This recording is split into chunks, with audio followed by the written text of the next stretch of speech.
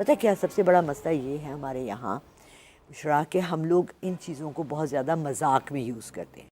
Like اوجا board ہے, جنہوں لوگ, میرے بچوں نے یہ مذاق کیا, انہوں نے, میں نہیں تھی گھر پہ, انہوں نے اوجا بورڈ رکھ کے روحیں, تو اوجا بورڈ جو موویز بھی دکھائی جاتی ہے وہ سچ ہوتی ہے اگر آپ اس کو, یس, ٹھیک اور اس کو ویسے آپ استعمال نہ کریں, وہ ایکٹیویٹی نہ کریں. بالکل, وہ آ گئی روحیں, اور وہ کتنے دن ہمارے گھر میں رہیں, اور بچوں کے ساتھ جو ایکسپیرینسز ہوئے, بیکاز میری دونوں بیٹیوں میں بھی یہ چیز ٹرانسفر ہوئی ہے مجھ سے, اور پھر انہوں نے ڈر کے بعد 3 دن کے بعد مجھے بتایا کہ امی ہم نے یہ کیا اور یہ ہوا اور یہ اس کی روح آ گئی اور یہ ہوا. نام ان روحوں نے بتائے, کمیونیکیٹ کیا, آپ نے لٹرلی اپنے گھر کے ایڈریسز بتائے کہ ہمارا گھر ماڈل ٹاؤن میں تھا, میں یہ ہوا, مرڈرڈ تھی.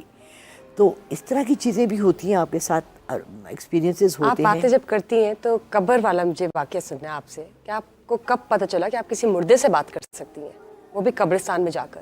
آپ نے کسی کے لیے کیا یہ عمل, یا یہ عمل آپ نے کیوں کیا؟ آپ قبرستان میں کب گئیں؟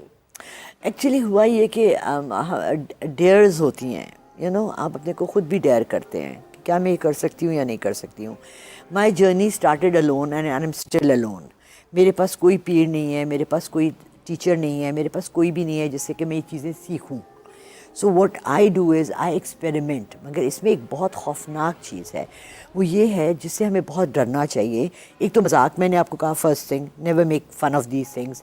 سیکنڈ یہ ہے کہ جب آپ یہ کشف ہوتے ہیں, دروازے ہیں, پورٹلز ہیں, لائک موویز میں آپ ڈاکٹر اسٹرینج میں دیکھتی ہیں پورٹلز کھلتے ہیں, آپ جا رہے ہیں, you step out of that comfort zone, that portal of your live human being کا پورٹل, اور آپ دوسری مخلوقات سے تعلق کرنے کے لیے یا کمیونیکیٹ کرنے کے لیے جا رہے ہیں, تو آپ کے اندر ایک خوف ہوتا ہے, انلیس کہ آپ کو کسی نے گائیڈ کیا ہو کہ یہ طریقہ ہے, یوں کرے یوں کرے یوں کرے.